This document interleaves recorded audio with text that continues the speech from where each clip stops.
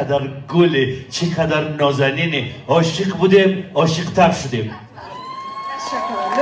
جان پشتر است مشنوم حرفای دانم مقصد حسیب شوهری از آریانا اینجاست. نامزادم است. نامزد. هنوز عروسی نکردیم.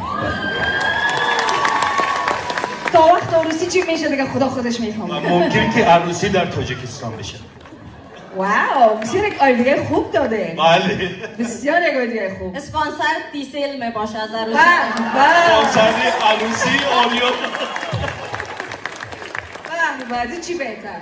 تاجیکستان زیبا، کشور همسایه، دوست و هم زبان ما، کشوری که همیشه مردمش خیلی در مقابل ما افغانان مهربان بودن و همیشه با دل گرم، با قلب مهربان و با مهربانی از ما همیشه استقبال کردن.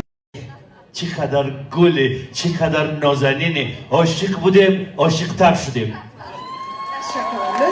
جان پشتر است مشنوم حرفای دانم مقصد حسیب شوهری از آریانا اینجاست. نامزادم است.